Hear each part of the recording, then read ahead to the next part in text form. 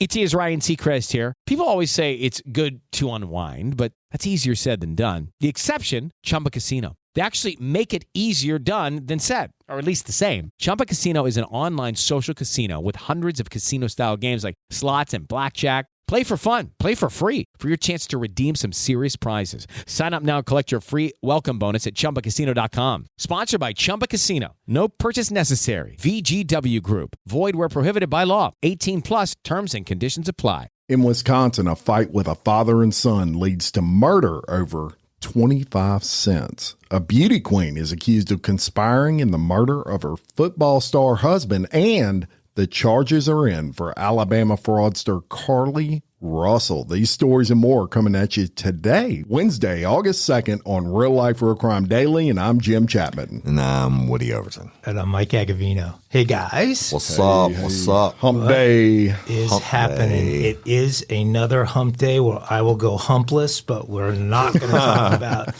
that. I did end up getting in a little bit of trouble about that Monday episode. Yeah, I've told you you're going to be in the doghouse for that. I mean, it was good to see Miss Jerry at KJ's show. Yeah, it really was. Thank you. She enjoyed being with all you guys.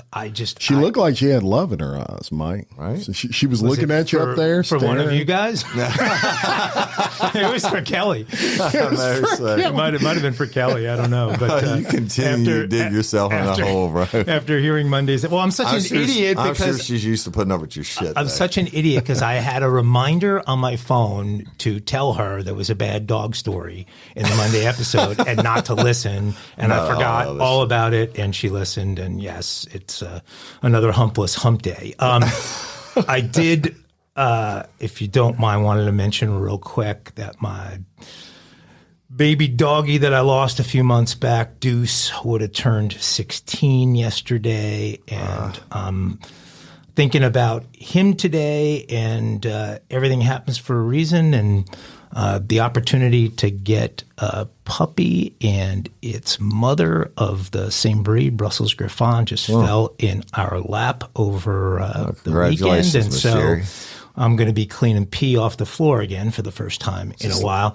But also, I wish that at the point that we lost Deuce that I knew about our friends up in Broussard at Louisiana Funeral Services and Pet Crematory, because if I did, I would have had them do the cremation for Deuce, and what I ended up getting back from the people I did it with cost twice what it cost through them, and also, I'm not as thrilled with the urn as the selection they have. So don't forget, they've got a new website, well, actually a new and improved website, which is LA Pet Crematory, CREMATORY.com, LAPetCrematory.com. They've got all those new selections on there. If you have recently lost a loved one, pet, they've got a great selection there for you to choose from. So LAPetCrematory.com. Thank you, Kristen. Wait, and let me Roy. jump in on this real quick, because every day, y'all, and you know who you are, I get requests about people, questions about their loved ones that died, and they think it's suspicious, no autopsy was done, et cetera. And this is also the only place in the state of Louisiana where you can get your own private autopsy done. Okay? Yes, you can. And that is serious business. And if you have questions and no one wants to believe their loved one died by however, hey, if the law enforcement's not going to do it, then you have that right to have your loved one have the autopsy and get the answers that you need. These are the professionals. They're caring. They're good people, and they're well respected for a reason. That's right. Under the giant American flag in Broussard. And as they say, rest easy. Rest easy, baby. That's right. So we're going to get into some crime time with some updates today. And I'm not going to spend too much time on this first one, but Lori Vallow has been, she looked rough as shit, too. I'm doing lookism. I saw it. She looked rough as shit. You see her? Yeah, jail will do that to you, apparently. So Lori Vallow has been sentenced, and if you watch the judge when he sentenced her for about 10 minutes, I'm like, man, he's gonna give her some easy time here. He was commenting how she had never been arrested. She may have had some mental issues, and and, how much respect she showed for the court. And then he dropped that sentence, and it was life. Yeah, it was when he got to the point of, and she just buried her kids in her yard. Yeah. When he got to that part, he realized that. So thankfully, justice was served, I guess, as much justice as you can get. Of course, ultimate justice would have been for it to never happen. But Lori Vallow is sentenced to life in prison. So that's all the time I'm going to spend on that. Carlee Russell, we have an update for her. Of course, in our last few episodes, we have mentioned, this crazy case with this 25-year-old nursing student that made up an entire story of getting kidnapped after seeing a toddler wandering on the interstate, and then went missing for 2 days. Well, as I was questioning in the last episode, she is going to look at some charges for that. Hoover Police Chief Nicholas Durzis said detectives obtained warrants for her arrest on 2 misdemeanor charges of false reporting to law enforcement authorities and falsely reporting to an incident. Russell reportedly surrendered and was later released on a $2,000 bond. She could spend up to 1 year in jail for each charge and pay a fine of up to $6,000 if convicted. It cost a lot more to, when they thought she had been kidnapped and were looking for her, obviously. They're going to come back and hit her with some civil penalties for the costs of all that. Yeah, as they should. And Alabama Attorney General Steve Marshall added to that, we don't see this as a victimless crime. There were significant hours spent, resources expended as a result of the investigation. And not only that, but the many men and women who wore those yellow vests on hot afternoons and evenings looking for someone they thought was abducted, and also announced his plans to fully prosecute that case. Hey, let me say this real quick, because and Mike, I saw your face when Jim said misdemeanor charges. That's the only thing they can legally charge her with, y'all.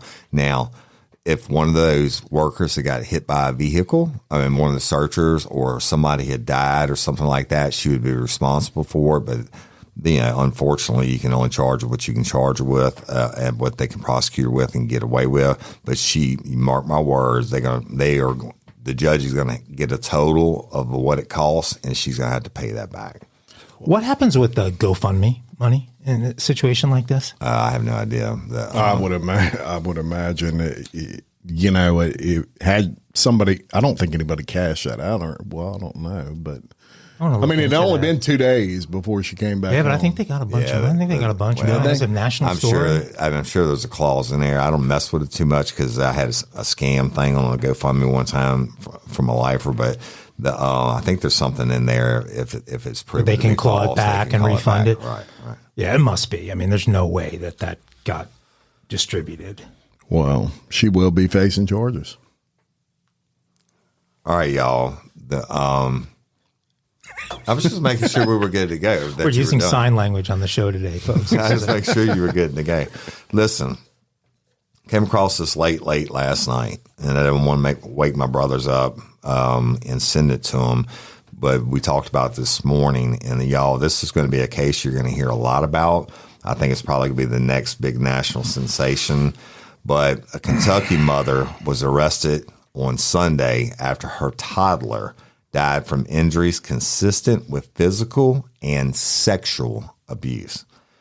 Mount Vernon resident Erica Lawson, 21 years of age, was arrested for second-degree manslaughter and first-degree criminal abuse against a child under 12. She was also charged with first-degree wanton endangerment and failure to report child neglect. Bell County Commonwealth Attorney Lisa Fugate said the child, who was 17 months old, showed signs of sexual and physical abuse when she was admitted to the hospital on July 28th. So just a couple days ago, y'all. She was placed on life support, but the child's injuries were too severe for her to recover. The child, who had reportedly been raped and beaten, was brain dead by the time she died on Sunday. The Middlesboro Police Department quickly began an investigation to determine who was responsible for the abuse. Lawson was interviewed by police and arrested on Sunday night, and she was taken to Bell County Detention Center. She was being held on $1 million bond, but the Middlesbrough Police Department and Bell County authorities are actively investigating the incident. Well, what does that tell me? That tells me, first of all, when you go in and they can say there's signs of sexual and physical abuse, that could be fresh signs, y'all. But a lot of times that's healed fractures on the physical abuse and scarring on the vagina or the anus. I'm just telling you, I know it's hard to hear, but this is real life, real crime. But the deal being is, they've got a case. You have not heard the end of this. Whoever the significant other is, maybe this biological father, we don't know yet. It's going to come back out. It's breaking news. But this, people, this just is sick. It's sick. And I mean, the girl lying about being abducted or whatever in Alabama, it got so much national attention. What about babies like this that are being raped and abused by their own parents? 17 months. 17 months old. Do they have a death penalty in Kentucky? I don't know, but if they do, they're going to get it. But, so you haven't heard the last of it. We will keep you updated on it. These stories need to be told. Sick people. We don't necessarily rehearse what the story sequence is going to be and what I feel like I should be following up from Woody with a different story than the one I've got, but this is the one I've got. So, you guys Shark Week fans? Love Shark Week. Everybody loves it in that Step Brothers movie. You remember them? Like, it's Shark Week. Yeah. Oh, yeah. And all that. Yeah. But, I've only watched like a couple episodes, and it's strange because I love diving and everything else. And I guess I hadn't had the time. But I know it's hugely, everybody in my family loves it. I love Shark Week. I always teabag the drum set. Oh my God, they're listening. You remember when he was with it was like the lady's his brother's wife or whatever, and they bust through the door. They were naked. Yeah. Oh, it was great. Yeah, good stuff. That's should be what go watch what I'm watching. Some days it's like I'm the kid that was well behaved in the 6th grade class, and I'm with the two idiots that were constantly. Did you watch Eastbound and Down? No, I didn't. Because people were commenting. Somebody said you deserve banjos for not watching Eastbound and Down. One of the fans sent that in. They're probably right. Well, so Shark Week is upon us, and this year they are really breaking some new ground and exploring some of the most important questions people have about sharks.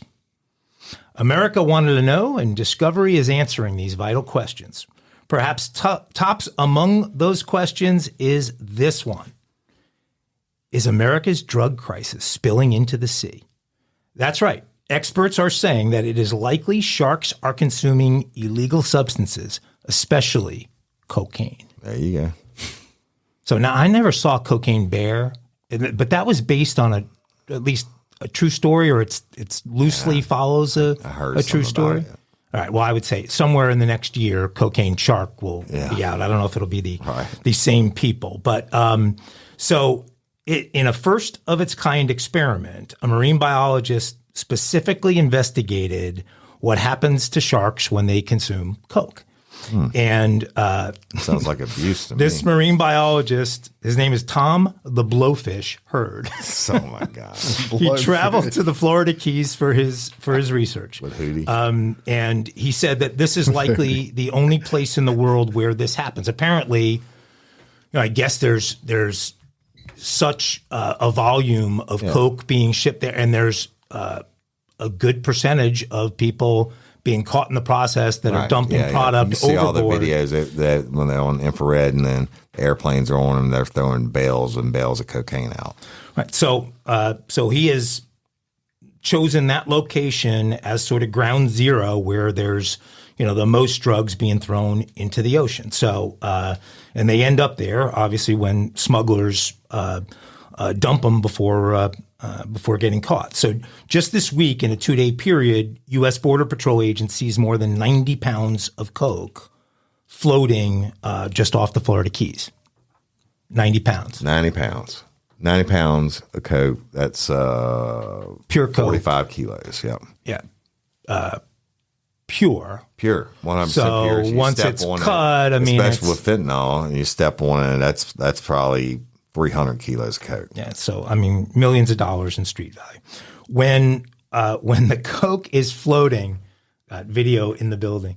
When the coke is floating, sharks will swim up to it and explore it. And the only thing that a shark has to explore anything with is its mouth and its teeth. Right. So said, I'm hungry. So sharks are getting a bunch of mouth freezes courtesy of all of this dumping of cocaine that goes on. So it might sound crazy, but the probability of it occurring is very high, according to Hurd. So to test his hypothesis, he performed a number of experiments. For the experiments, they couldn't feed real coke to the sharks. I was going to say it sounded like abuse. So instead, they used, and this shocked me, highly concentrated fentanyl fish powder that delivers a similar high, as close to cocaine as ethically possible, according to Blowfish. So they used a highly concentrated fish powder. I think people would be buying a lot of that fish powder if they knew where to get it. But he said the highly concentrated fish powder acted as like catnip or shark nip, and it will set off the nose. You know, they have that what do they call them? The ampullae of Lorenzini. Really? How the fuck do you know that? That is the unbelievable. I know they got a great sense of smell. Well, it's nerve, it's electrical, and the ampullae. I'm shocked I remember that, but I think that's it. Somebody will let me know if I got that wrong. That's but that Vanderbilt shit coming out. But he explained that it will set off those chemoreceptors and everything it uses for taste and smell, and fire the shark up, light it up as much as it could possibly get going. So this episode is called Cocaine Sharks. It will air on Discovery this week. I have it set to record. I think it may have come on last night, but Hurd described one of the experiments they did on a large hammerhead. She was, a shark will normally swim flat. After receiving the whatever we want to call it, the fish powder, this shark started swimming on its side. So it changed completely the way that it swims. And then the way that the shark would approach them, they were completely unaggressive, that they would come up to you, but this particular hammerhead come right to you, but without any sort of aggression, sort of that how, everybody becomes friends when they're on something like that. Yeah. So it had sort of the same impact. The shark was high. Yeah. The shark wanted to talk about deep stuff, and whether its parents really loved it. He wanted to go to Studio, kind of stuff. He wanted to go to Studio 54. So we, seems like the hammerhead might have found some peace and love and just wanted to explore a relationship of deeper meaning with the scientist. But we'll all learn together this week when we watch Cocaine Sharks on Shark Week. This story is so stupid that we have a treat for our listeners. For a limited time, please visit cocainesharksresale.com/RLRC20 for 20% off your next purchase of a bag of Coke. We can't guarantee that supplies will last. So come one, come all quickly. All right. Cocaine Sharks.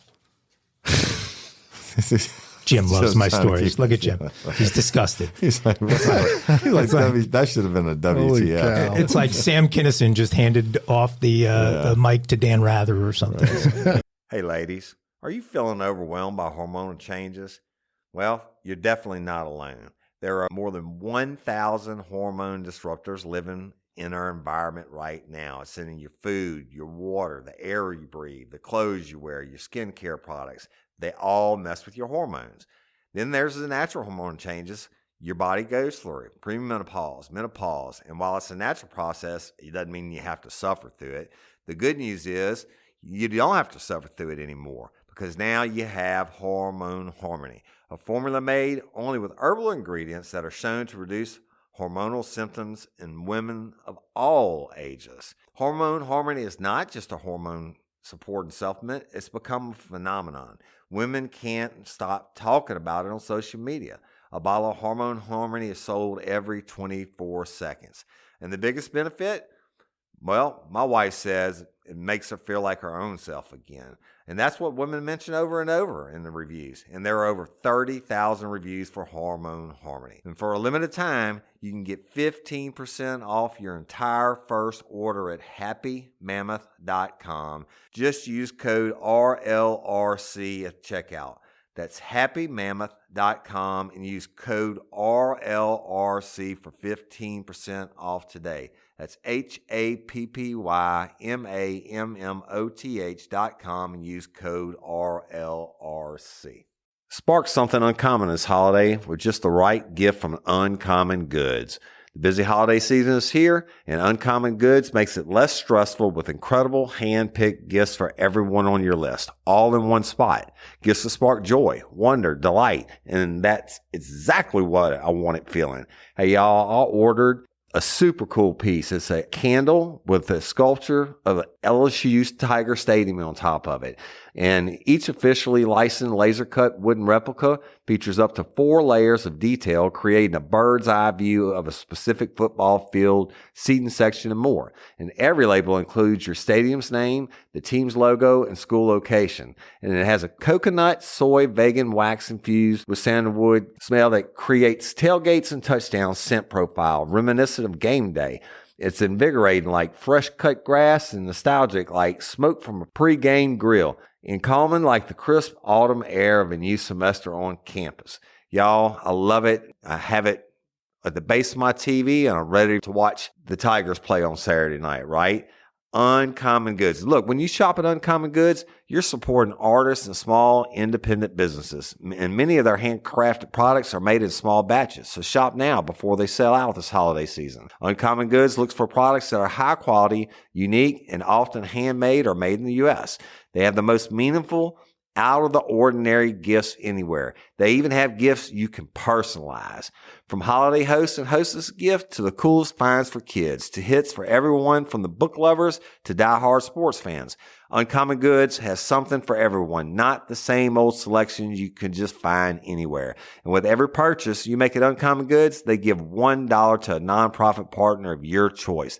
They've donated more than $3 million to date. So to get 15% off your next gift, go to uncommongoods.com/RLRC. That's uncommongoods.com/RLRC for 15% off. Don't miss out on this limited time offer. Uncommon Goods, we're all out of the ordinary. Go ahead, Dan. A 65-year-old man faces a murder charge after he shot and killed his 25-year-old son during a fight over 25 cents. Love. Wisconsin police were called to a home for a weapons offense and found Zachary Chivalry deceased inside. Police arrested Zachary's father, John, and reportedly found a pistol they believe he was using in the shooting. John told officers he and his son were arguing over finances when the argument turned physical. John used Zachary's firearm and shot him in the heart and aorta. The day of the shooting, Zachary asked John for cash, though John said he didn't have any. He eventually gave Zachary $2, though the son said he needed $2.50. Zachary had some change on him, but needed 25 cents more to get to that amount. John told detectives he is behind on his mortgage and other taxes, and he didn't want to give Zachary any money. The 25-year-old asked his father often for money. During the argument, Zachary reportedly punched his father and pushed him, causing him to hit his head against a wall. John tried to walk upstairs, but Zachary pulled him back down. He then picked up a pistol, which was on the bottom steps, and he admitted to police, "I can't tell you how much regret I have for picking up the pistol, thinking that he would finally back down," which he did not do. John told officers, "I pulled the trigger during an interrogation." Officers found blood on his clothing and hands and on the gun and floor. He was charged with first-degree intentional homicide and use of a dangerous weapon, and his bond was set at $300,000. All of that over a quarter. Did they say where in Wisconsin? Madison.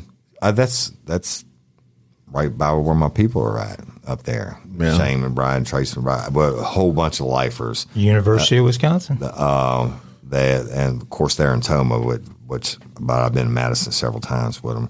That's crazy, and it's business. Well, in a good example of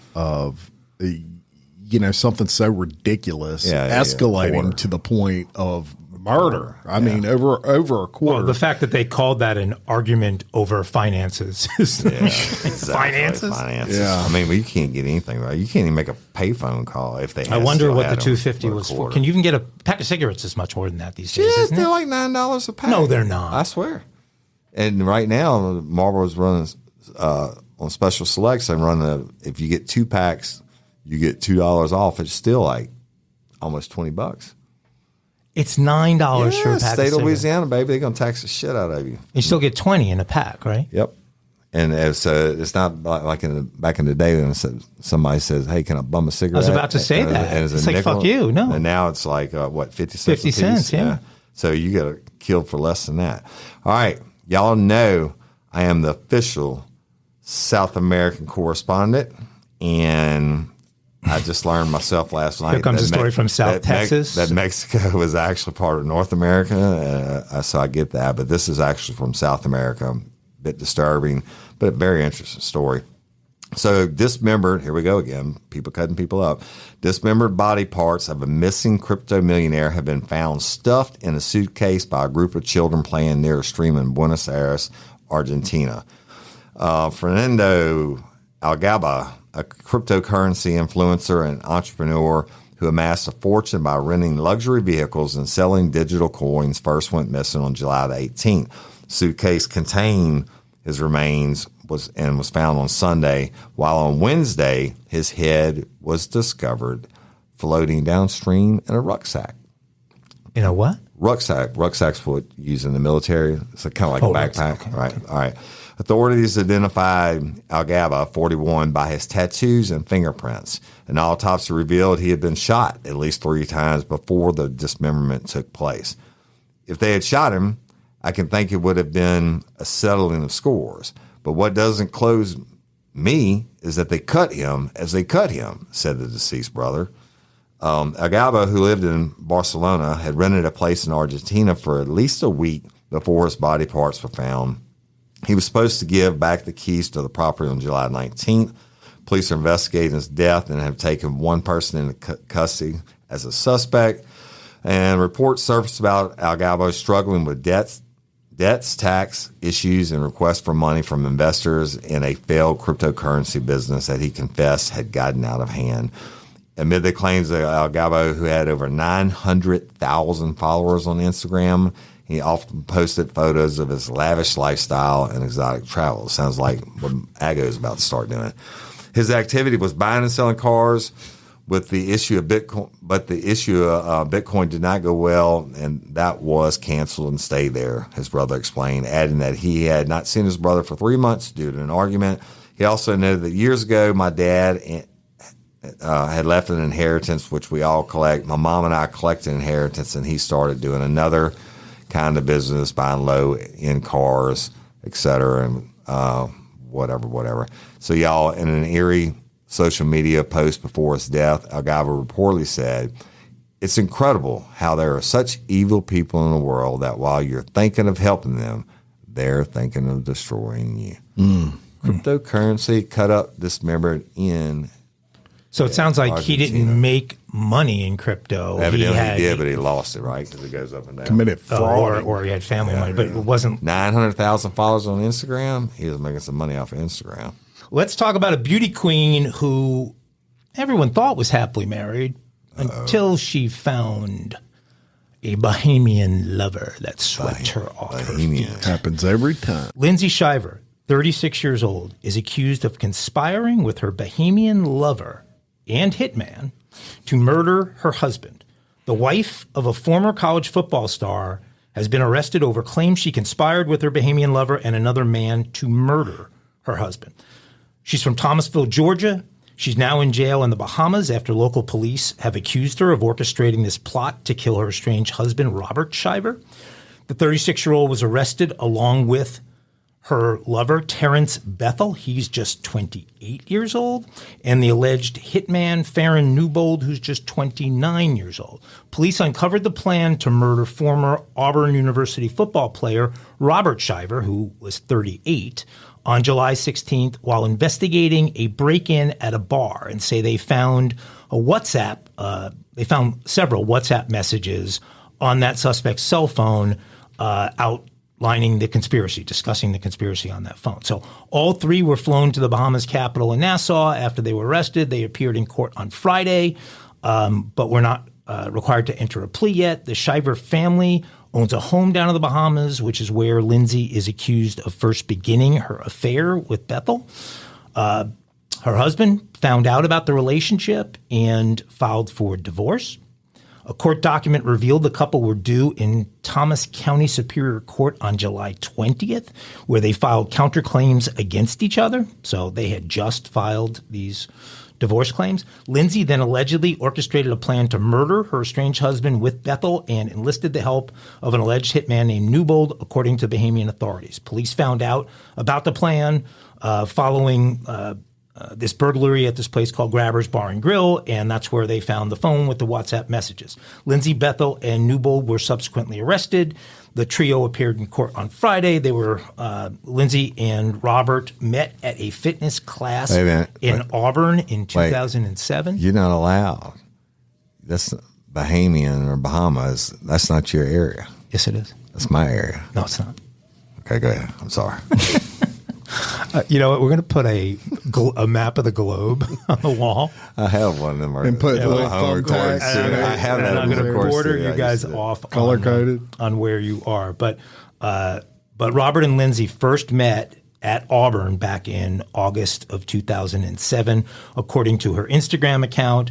And that Instagram account, I mean, her portrayal of this perfect life and how in love with her husband she was, and 3 young kids and everything else. So thankful for that fitness class 13 years ago that brought us together and all the love, laughter, and life we've created ever since. I love you, babe. Cheers to many more, she wrote in a 2020 post alongside a collection of photos, including one from their wedding day. Like I said, they have 3 sons together. The youngest is just 4 years old. Robert played at Auburn between 06 and 08 as a long snapper. He got one shot with the Atlanta Falcons as a free agent and ended up getting cut, so he never actually played in the NFL. Lindsay, a former cheerleader, was named Miss Houston County in 2005 and finished second in the National Peanut Festival pageant, which you were a judge there, weren't you, one year? I was a guest judge. Yeah. I mean, that life they had, everything, the 3 beautiful young children, and she runs off and has the affair and then conspires to kill her freaking husband. There you have it. Bahamians. Blame it on the Bahamians. It's the rum. Anywhere, I'm going to go officially on record except for maybe Thailand. Anywhere that has crystal clear water you can dive in, I want that area.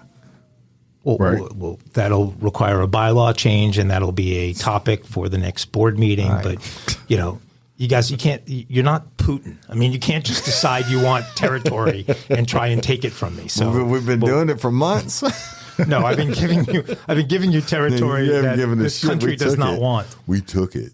Woody, all right, go ahead. Would you rather, when you were policing and you got a call, let's say for a bar fight, you go out there, would you rather break up 2 men or 2 women? Well, I'm going to tell you the first rule, and that is, and I used to train the younger ones, when you get a call on a bar fight, and as long as it's not shots fired or knives in that call, the first thing you do is drive as slow as you fucking can to get there.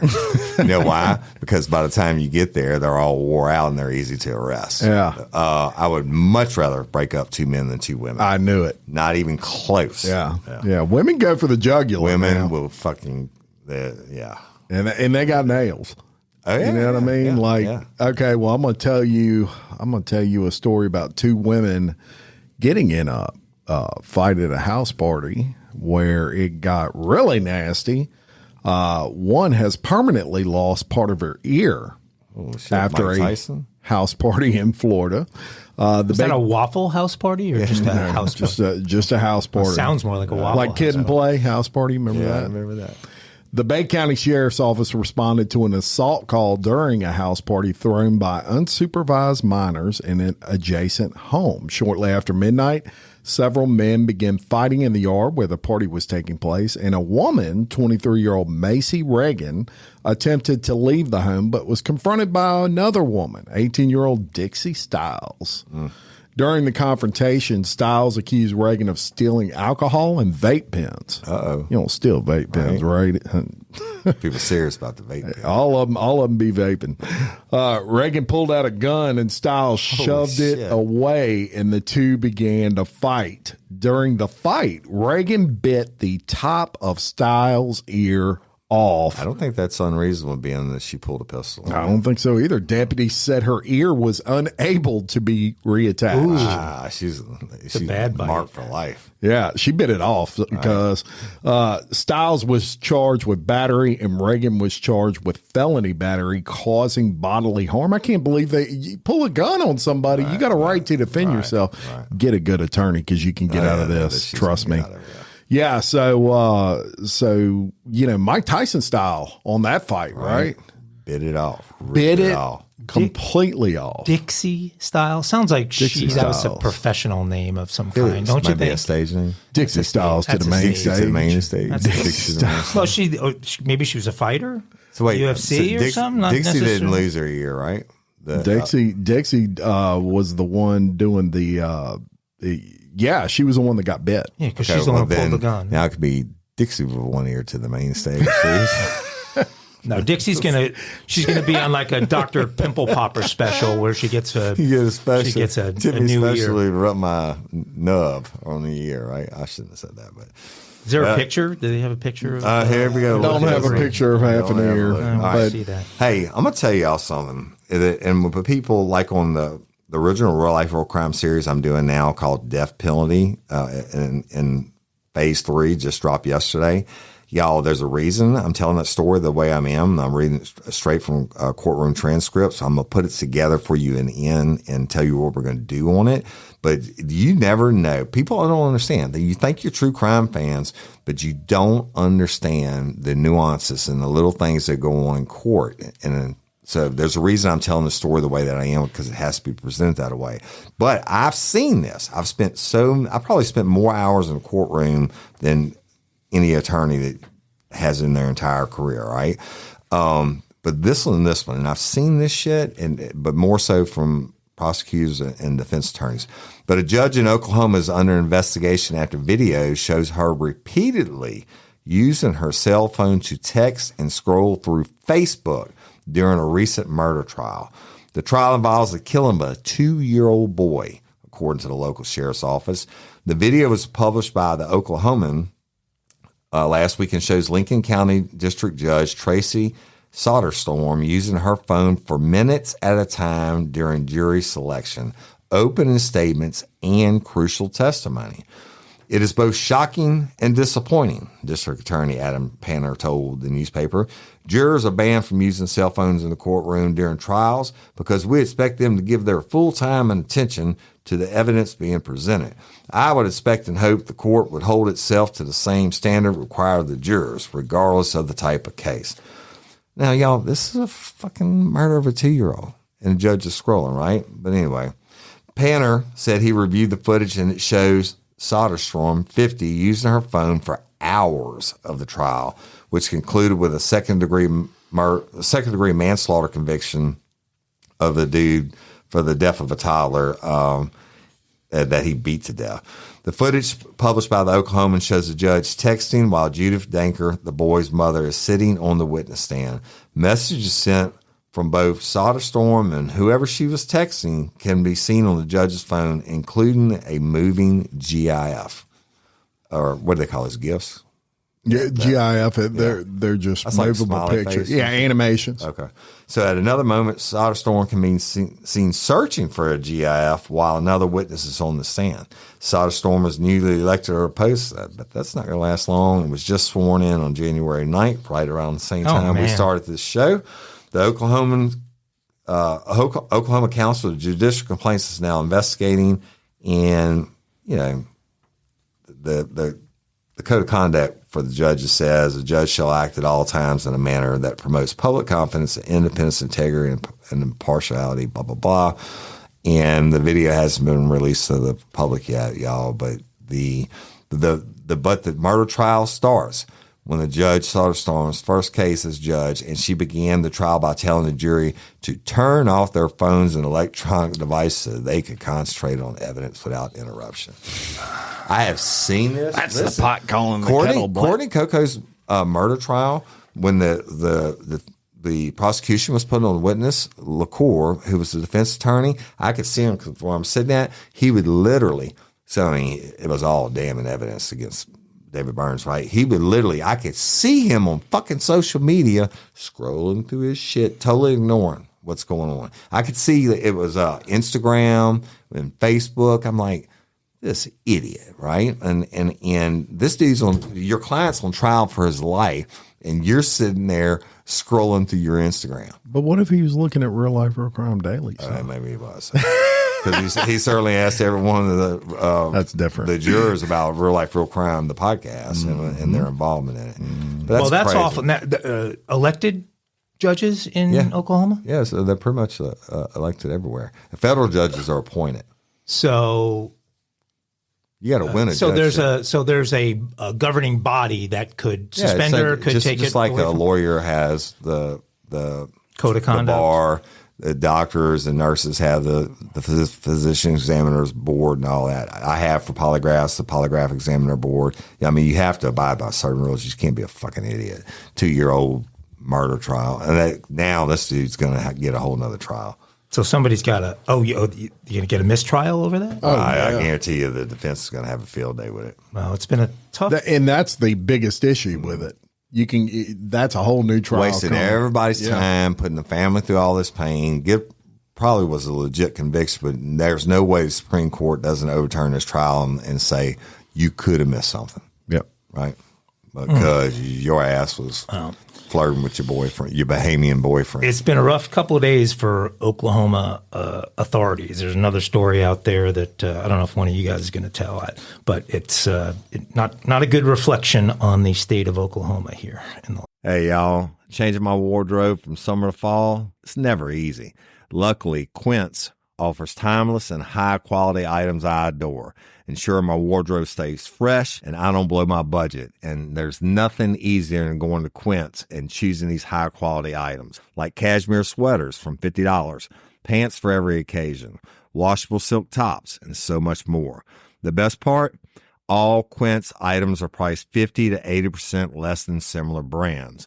By partnering directly with top factories, Quince cuts out the cost of the middleman and passes the savings on to us. And Quince only works with factories that use safe, ethical, and responsible manufacturing practices and premium fabrics and finishes, and I love that. I got the stainless steel Link Apple Watch band for $59.90. It's heavy duty, it's awesome, and it's like $100 less than I could find anywhere else. And I also got a 100% organic cotton fisherman quarter zip up sweater. The color is alabaster. Man, I can't wait to wear that this fall. And Cindy got the Mongolian cashmere boat neck sweater in heather gray. And I'm telling you, these are classic pieces at a fraction of the price. Make switching seasons a breeze with Quince's high-quality closet essentials. Go to quince.com/RLRC for free shipping on your order and 365-day returns.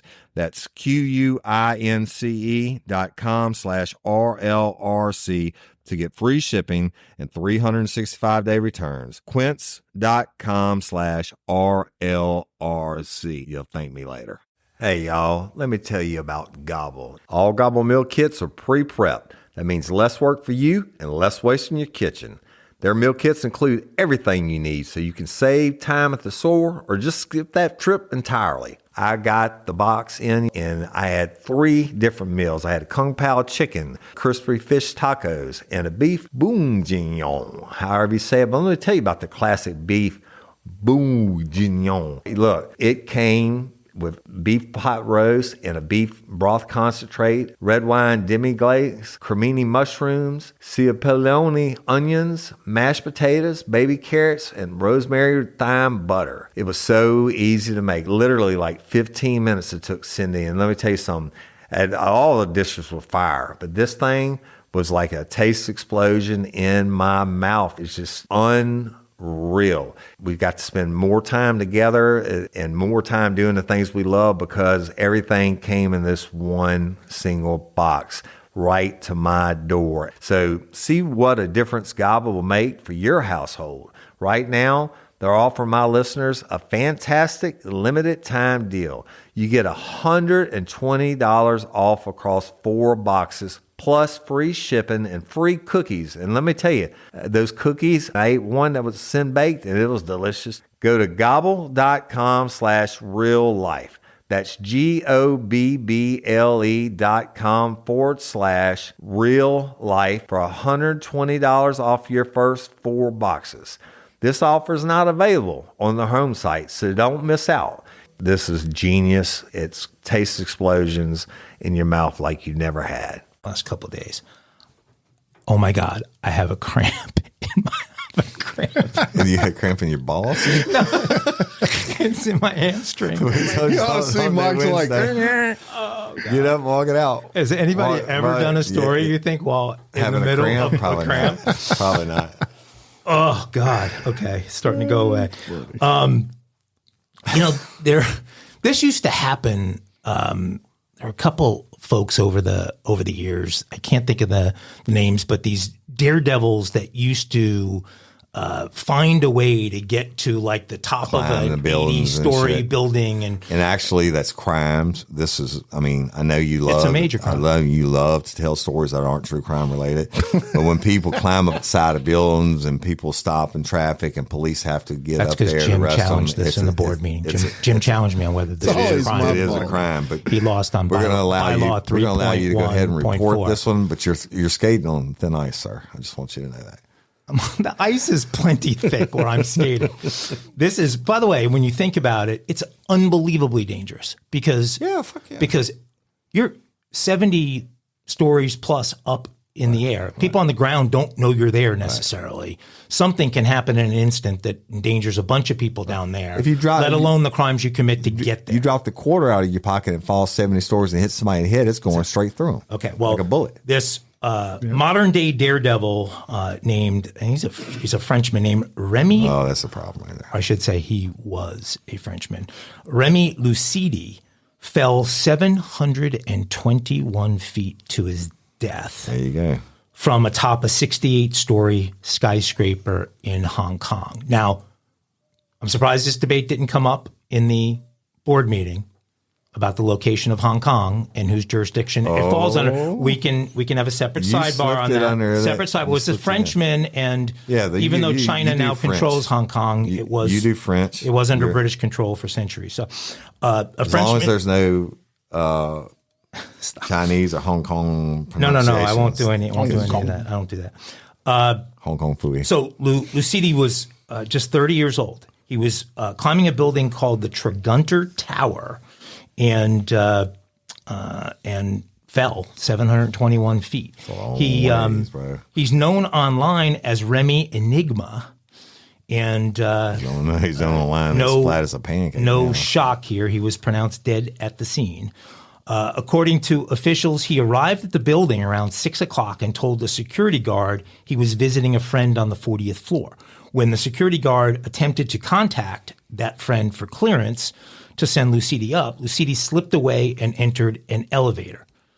So, crime right there, Woody, right? Mm-hmm. Security footage later captured Lucidi arriving on the 49th floor and then again taking the stairs all the way up to the very top of the building, which is the 68th story. Dude must have been in shape. The door to that rooftop was locked. He's really in shape now. But Lucidi forced that door opened, and what he was trying to do was, I guess his thing was taking photos from the spire of these buildings, and that's how he built his Instagram, breaking into these buildings or somehow getting through security, getting all the way to the top of the building, and then taking a picture from the rooftop. So many of the photos posted to his Instagram see him clinging to the spires of tall buildings, and he may have been attempting to do the same thing when he fell and plunged to the ground. Security officers in pursuit of Lucidi found only an open hatch leading to the roof. The guy was nowhere in sight. We've got a picture of him that we'll post, which I guess he did sort of a test run on another building right there. But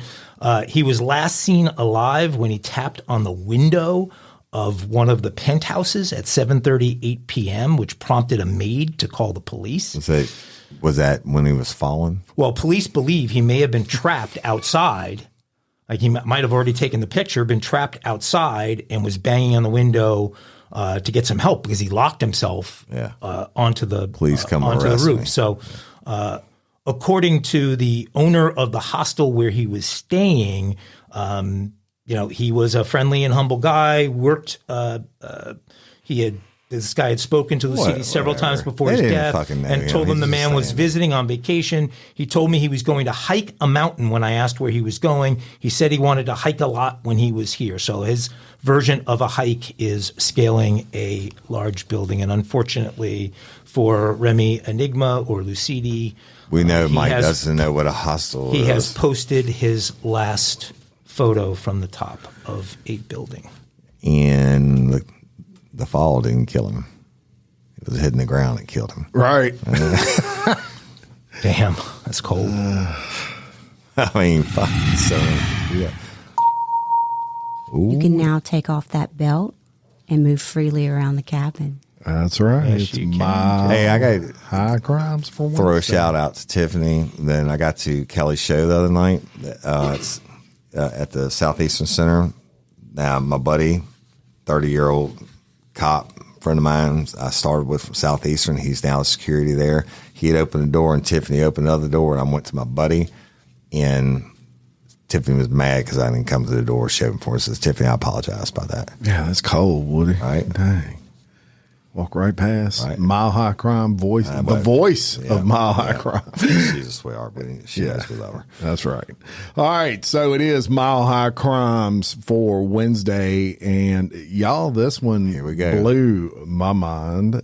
I couldn't imagine being in this situation. So Darissa Owens, 35, is accused of being unruly on a plane and running from officers inside the Pensacola International Airport on July 26th. Owens boarded a plane at Gate 5 and asked to borrow a man's phone. Okay. Owens then took the phone and proceeded to walk to the back of the plane. So the man, obviously, like all of us would do, be like, hey, I want to get my phone back. So he approaches her. He says, I need my phone back. And she does give it back to him. Then she starts asking other people for their phones. A flight attendant and the pilot finally asked Owens, they could tell something was wrong with her. She's asking everybody on the plane for her phone. They said, look, you got to leave. You're causing a disturbance. Everybody's basically telling you they don't want to give you their phone. Officers finally arrived because she refused to leave the plane. There you go. And they were eventually able to get her off the plane. So Owens starts talking to the officers. They're asking her what's going on. And she takes off running right through the airport. They're chasing her. Imagine that. A bunch of these airport police officers chasing this woman. They need a segue. Yeah. Billy Amy at the Mall of Louisiana. Yeah, Paul Blart. So she exited the airport through the emergency fire exit leading to the runway. What? So she's adding crime on top of crime. Literally running Just down got the a runway. felony now. Yeah, so officers were eventually able to catch up to her, and they took her into custody. And you may wonder, what charge would you charge one with that was doing things like this? And Resisting and unlawful entry into the airstrip and shit like that. Well, they had an obscure one, and it was she was charged with violating the designated operational area of an airport. So I guess that's got to be a federal good felony probably. So of all the charges that they could have charged her with, it was probably the most stringent. But Probably. all over Barna. What the That's hell did crazy. she want with everyone's She phones? must have been high AF. Yeah. She never said. She just wanted fine. We'll never know. Yeah, we'll never know, but that is a very definite interesting mile-high crime. Mile high. You can now take off that belt and move freely around the cabin. Yes. It is. Kinky. It's kinky Kinky time. crimes for Wednesday, y'all, and you're going to shit when you hear this one. You know, we've done some great ones. Just listen. An Oregon creep with a strange hair fetish is back in jail. Oregon police arrested a man with a history of fondness for women's hair after he used scissors to give a woman an unsolicited haircut while she was standing in line at the dollar store. That's crazy. On Tuesday. The 31-year-old victim said that Jared Walter was following her around several aisles and that she got really uncomfortable. When she was standing in the line to check out, she said she felt scissors in her hair. She turned around and said Walter was about a foot away from her. So I just immediately started screaming and, yelling like, "Get away from me," she said. He is obviously showing that he is in no spot to be in a public and is not a safe person. The suspect fled the store, but police said they apprehended the 27-year-old near the shopping center. Authorities, and this is where it gets rich, authorities have become familiar with Walter after several arrests involving his affection for women's hair. In 2009, he became known as the Tri-Met Barber after he was caught cutting and gluing women's hair on Portland's Tri-Met Butt Service, the station reported. Wait, listen. Last year, he was arrested for masturbating on a woman's hair on a bus. Oh, my God. I guess he was in a stand-up. This dude can't deal. A little hook thing, Yeah. While you're not looking at him. Couldn't stand it. Like that Flowing dude on Mile mane. High that time that had 4-hour orgasms in a couple hours. But anyway, so he's jacking off on a woman's hair on a bus. I mean, personally, I would be offended by that. But snipping off hair and gluing it on buses throughout Portland. Anyway, y'all, he was charged with harassment and violating his parole. He's being held on jail on a $75,000 bond. They make all types. Takes all kinds to make the world go round. Good Lord. I've heard it all. Buy you a wig. What's a wig made with human hair, right? That's kinky crime. Hair fetish. Who knew? Tri-Met Barber. What is the Tri-Met? That's I guess Is that best, like the Tri-Met, like the Jack the Ripper of masturbating on hair? Jack the Ripper of masturbating. Banjos. Oh, here we go. Here comes a dumb criminal. Dumb criminal. I saw the other day, just as an aside, that and I don't know his name, but that the kid who played the banjos in Deliverance retired. Yeah. So officially retired. But it wasn't him, right? No, so it was him plus another set of hands. So there were to do what they did, they needed 4 separate hands. So he did actually play. So he did play the banjo, but so it you was misled our people No. when you said it was other hands. Well, I go back and check that episode. That was I know you will. That was- Don't waste your time, bro. I'm just messing with you. You don't come in with correction for Friday. anyway, happy retirement to Banjo Boy from Deliverance. That's well, good for him. Shit, he's got. Let's go to the great state of Ohio. What did he retire from? From entertaining Oh, I didn't know you did with a that. banjo. Okay. The great state of Ohio, where we have found more than their fair share of dumb criminals. I have one in the more history thing of to the say show. about that banjo Yeah. before you go on. Not to interrupt, but did you know that Nick Saban lives, his house he has a summer house or something like that is that property that was Where they filmed play on. the banjo? How about that? All that property is Nick Saban's. Well, then I would hope that a significant amount of development has been done in that land since they made the movie. Because if I'm remembering right, his neighbors weren't the kind of people I wanted to be around. Maybe they left. Nick Saban sitting there with a da-na-na-na. Maybe they left the tree up on the property. No where it said, barbecues, Nick. "Squeal like a pig, boy." Oh my God, that hurts. Okay, so Ohio, where we find some dumb criminals. According to the Huron, Ohio Police Department, officers responded to an alarm at Vacationland Federal Credit Union at around 2 o'clock in the morning. The Huron police chief, whose name is Terry Graham, said that his officers heard noises coming from inside the roof over the bank's drive-through window. So, you know, they have that separate area with a couple of lanes. So they heard noise coming from the roof there, and they noticed that a blue recycling bin had been placed directly beneath, where the drive-through windows are. So Great police work. So Huron Police Department body camera footage, and some of you may have seen this. It's gotten a good degree of national coverage. Showed officers casually waiting. They're just sitting there by the bin, just waiting for something to drop. Right.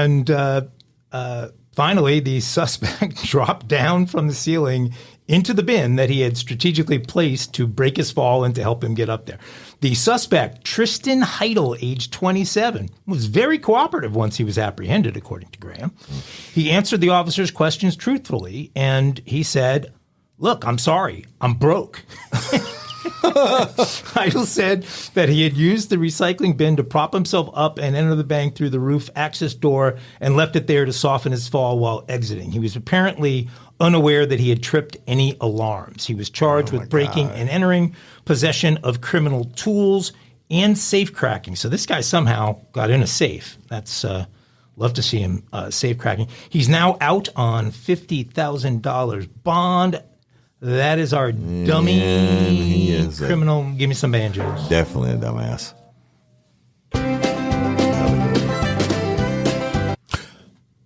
I bet we got one more segment left. Lay it out. Uh-oh. And that is Not what you're watching, please. no. Nope. What do you do? You don't like my what you're watching?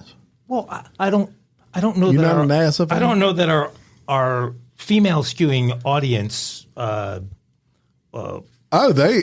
are into the Aaron Hernandez story. Please. What was the one that Female- was last did time? female the listeners. space shuttle blowing up. Was the last one he did. There was Yeah, a female I did the on there, NASA. teacher.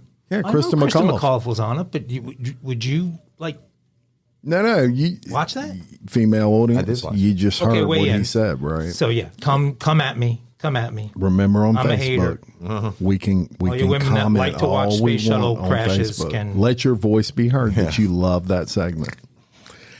And remember what But Mike's watching. this is not that segment. Healthy dose of Bravo. Oh my God. This is not that segment. This is WTF. Oh, we like WTF. What the? What the beep? All right, so this story is going to really make you say WTF. Yeah, y'all send us in some music for it. Yeah. We'll pick it out. So authorities in Oklahoma are searching for a man and woman who are accused of killing multiple animals at a pet store. Oh. On July 13th, the pair walked into the Petland store in Oklahoma City where they killed a parakeet and a bunny in their cages. The parakeet's neck was broken and the bunny had been strangled. Police said those two killings were captured on surveillance cameras. The man was also seen grabbing a hamster and a guinea pig before leaving the store with the woman. When the workers realized the guinea pig and hamster were missing from their enclosures, they searched for them in the parking lot. There, the hamster was found dead, and police believed the pair had stomped on it. Really? The guinea pig remains missing. The case is being investigated by the Oklahoma City Animal Welfare, and the suspects have been identified, but their names not yet made public. What? WTF. It's a big WTF. I mean, that of all the WTFs, that's a WTF. First of all, it's horrible. It's just ridiculous. I have Miss Jerry. Why? I forgot to tell Miss Jerry not to listen. Yeah. Well, I'm sorry. there's no dogs involved, though. If it's Well, she might like bunnies, guinea pigs. guinea pigs. Man, we've had these little lizards lately that have been getting in the house, and she freaks out over those little lizards. Yeah. I mean, Oh yeah, the green lizards? Yeah, what the my hell is that wife thing gonna do to you? can't stand those either. It's time of year where they're coming in because it's hot AF. Geckos. outside. Geckos. No. Well, whatever. The they little are. white ones. No, they're green. No, they're green. They're green. Oh, okay. The little green ones usually hang out on. Well, that's your curtains. WTF. That was a big good one. WTF. Yeah, definitely Hey, WTF. speaking of what you're watching, because I mentioned it on the podcast before, and somebody sent it, and I never had messed with it, but I actually went down the rabbit hole and I watched the damn "Don't F with Cats." That is I haven't seen that. Is a disturbing story, dude. No kidding. That's Have to disturbing. check that out. By the way, have you It is watched? my Have you favorite watched segment. Quarterback? That you? I watched it. I binged it Outside one of night. Kinky Crime. Yeah, it's really good. It's really good. Really, isn't it? really good. Netflix, like Jim said, they stepped up and did a hell of a documentary again. No, I that think was we real- should do a what I'm watching every week. That was really Yeah. good. The Bear on Hulu, by the way. Have you ever heard of The Bear? I watched The Bear way back in like 1988, and the one part I remember is he jumped up. Different listen, bear. listen, wait, you'll know if it was this bear because he jumped up to like, raw, it's a great big grizzly bear, and he jumped up, and all I could see is he had about a 4-foot pecker. That's your memory. He stood up because I was like, "Damn!" He had an They say anaconda, hung like bro. a bear. Now I get it. Yeah. I think they had different they had the anaconda show. This bear. is actually about a restaurant in Chicago. It's great. There is an anaconda and 2 seasons of it. The Bear. I'm sorry, there's an anaconda and anaconda. Anaconda. I'm thinking Ago. Anaconda. That's a hotel for in the Don't F hung with cats. guys. In the Don't F with cats, there's an anaconda in it, so you need to check You it kidding? out. All right, Yes, check that out. So that's our It's a snake. ourrescue.com. Yes. Check out ourrescue.com if you want to join the fight to end human trafficking. See something, worldwide. say something, and we're going to do more stuff in the future on that. Absolutely. I saw We'll Tim link that. Tebow announce some. I don't know if it's with those guys or separate, but a big thing in the same area of protecting. Tim sex Tebow, trafficking. good people. Good people. Heck of a quarterback at Florida. Right. No doubt. Heck of an athlete, period. Couldn't throw. Whatever. Heisman Trophy winner. No NFL arm. You jump up and throw it in the end zone. Yeah, he can do that jump Could pass. do that. Yeah. He could do that. All right, until next time, I'm Jim Chapman. And I'm Woody Overton. That was a long Woody sign off. Overton. I'm Mike. Ago. For Real Life, Real Crime Daily, peace. You ain't got no name. Cocaine Shark.